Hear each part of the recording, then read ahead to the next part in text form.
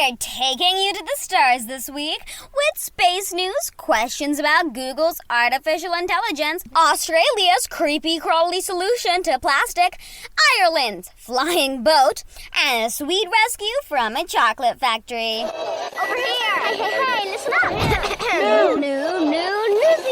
Newsy Pooloozi.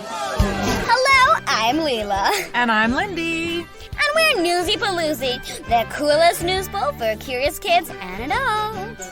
Welcome to our summer special quick dips into the Newsy Pooloozi, followed by a fabulous episode swap with some of our dorkiest podcasting friends this week.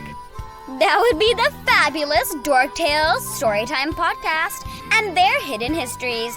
But first, let's dive on into this week's news with the Big News Story of the Week. The head of NASA has confirmed the space agency will be officially investigating if aliens have already visited the Earth. And when Bill Nelson says aliens, he means organic or robotic. Yes, they're going to try and figure out what those tic-tac-looking, unidentified aerial phenomenon were that Navy pilots saw on their radar back in 2004. Ooh, freaky.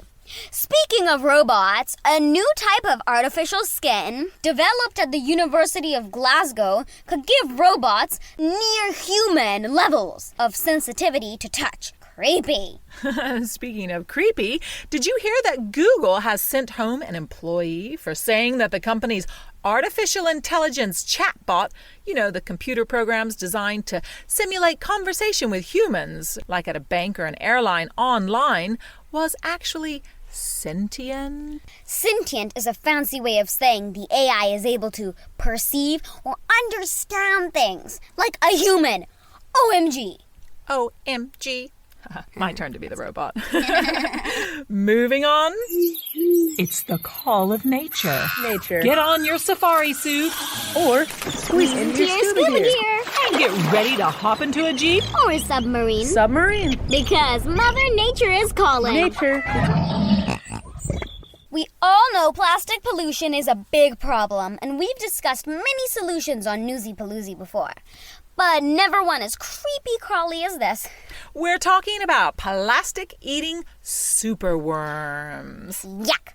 Researchers in Australia have discovered a beetle that can eat a type of plastic called polystyrene.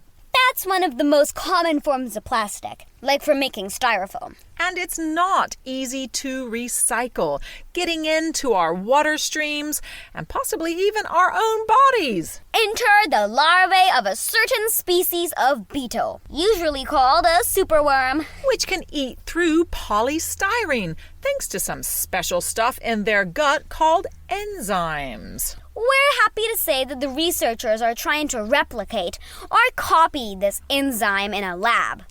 And then use that to gobble up the world's excess plastic and not deploy an army of superworms. Thank goodness for that. It's time for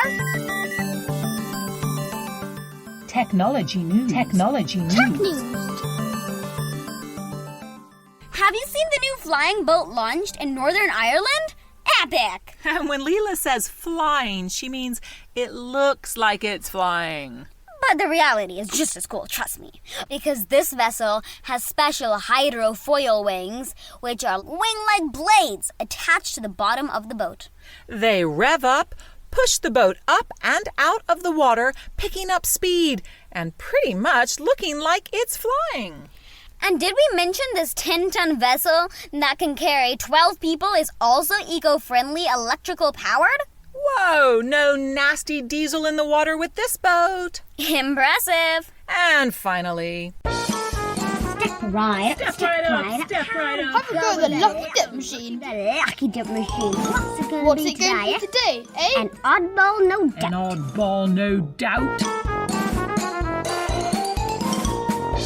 Now, getting trapped somewhere is no fun at the best of times. But imagine if you were trapped in a vat of chocolate. Delish, or what? Unless you don't like chocolate. Yes, if you don't like chocolate, this would be your worst nightmare. But who doesn't like chocolate? Firefighters had a strange call from the Mars M&M candy factory in the U.S. state of Pennsylvania a few days ago. 2 people doing maintenance on a tank partially filled with chocolate. Well, they fell in. Yum! I'm not sure how yum it was. The rescuers had to cut a hole out of the bottom to release them from the sugary sludge. It's still yum! It's unclear how they fell in or if they were injured, though they were taken to the hospital for evaluation. Talk about a sticky situation. Nice one. Alrighty then, we'll be back next week with more wacky world news. But now... It's time for a hidden history from the Dorktales Storytime Podcast. You might want to get your swimsuit on for this one. Or stay out of the water entirely. Yeah, come to think about it. Hello, Dork Squad. I'm Jonathan Cormer, and you're listening to Dorktales Storytime. John in Character presents Hidden Heroes of History. Stories that make you wonder, Hey, how did I not know that? featuring your historian-in-chief, Jonathan Cormer. And his trusty hedgehog sidekick, Reginald T. Hedgehog.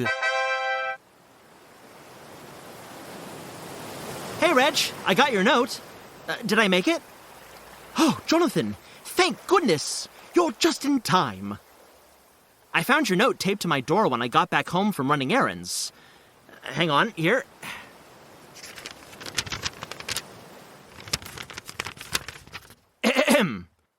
Jonathan, this is an urgent message. Please do not delay.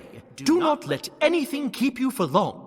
It's important that you read this missive and respond promptly, and do not get held up. Do you understand? Please take a moment to think. Do you really understand how urgent this is? Good. Here is the message. The fantasy is at low tide. Come to Biblio Beach. I feel like you could have made that urgent message a bit shorter, but I still made it. Yes, you did. Now, come over here and take a look. Wow. Tide pools are just incredible, aren't they? Look at those starfish. And those beautiful barnacles. My favorite are the sea anemone. The sea anemone. The cinnamon. M&M's? Oh, no, that's a candy. Anemones.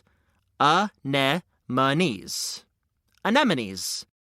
Don't worry, I trip up on that word too. Oh, yes, those colorful and bright tide pool residents. Did you know they're named after a flowering plant? I did not. That's just splendid. Hey, wait a second. That crab over there looks awfully familiar. Where? Over there, by that patch of coral. Oh, yes. That's my good friend, Claudius Kelp Kipper the Crab. Claude! Yoo-hoo! Claude, over here! Why, hello, Reg and Jonathan. What brings you to this fine establishment?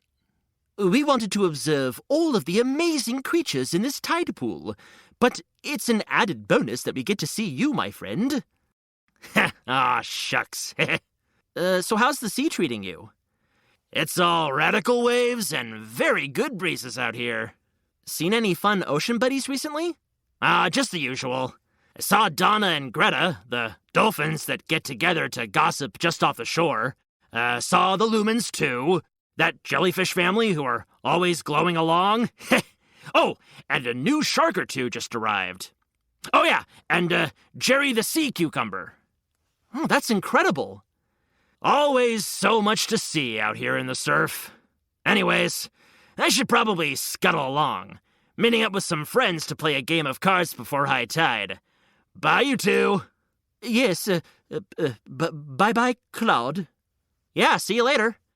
Wow, it was great to run into Claude, wasn't it, Reg? Reg? Oh, it's nothing. Just a shark? Oh, that's terrifying.